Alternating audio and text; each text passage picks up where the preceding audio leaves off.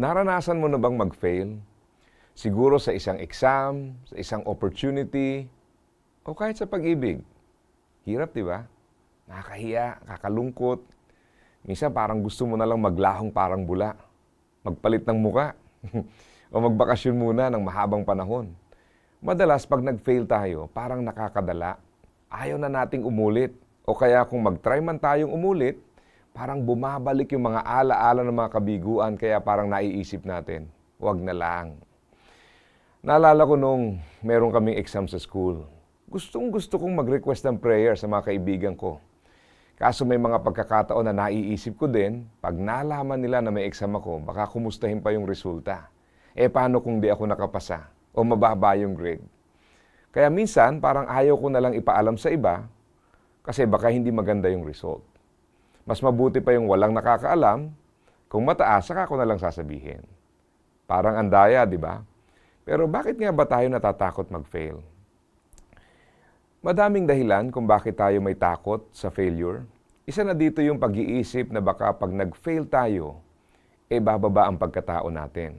O kaya iniisip natin na parang binibigo natin ang mga umaasa sa atin pag nag-fail tayo.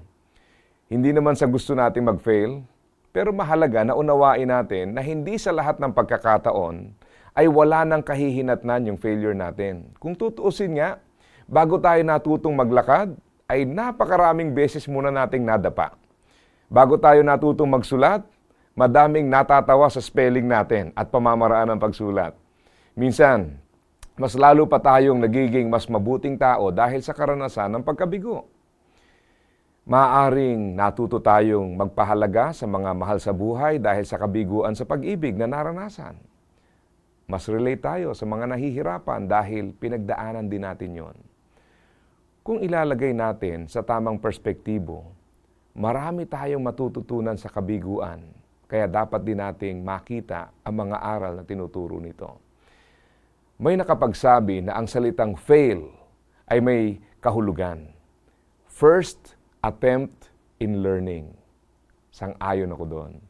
Kasi doon talaga tayo natututo ng husto. Mahalaga na nakikita natin ang prosesong pinagdadaanan bago magtagumpay. Sabi ng Bible. At nagagalak din tayo kahit na dumaranas tayo ng mga paghihirap dahil natututo tayong magtiis. Alam natin ang pagtitiis ay nagpapabuti sa ating pagkatao. At kung mabuti na ang ating pagkatao, may pag-asa tayo na makakabahagi tayo sa kadakilaan ng Diyos. Ang benepisyo ay hindi lang natin nakakamit pag nagtatagumpay tayo. Marami ding taglay na mahalagang aral ng kabiguan na pag ating natutunan, magiging mas malago tayo at mas malalim ang pananaw sa buhay. Kaya sa susunod, nahaharap ka sa isang bagay na maaaring magdulot ng kabiguan, alalahanin mo na ang Diyos natin ay hindi nalilimitahan ng ating mga kabiguan. Kung paanong kaya niyang gamitin ang tagumpay upang tayo ay pagpalain, kaya din niyang gamitin ang kabiguan upang tayo hubugin. Kaya ibigay mo ang pinakamahusay na kaya mong gawin. Magtiwala ka sa Diyos. Dahil sa Diyos, may karapatan kang umasa. Kaya asa ka pa.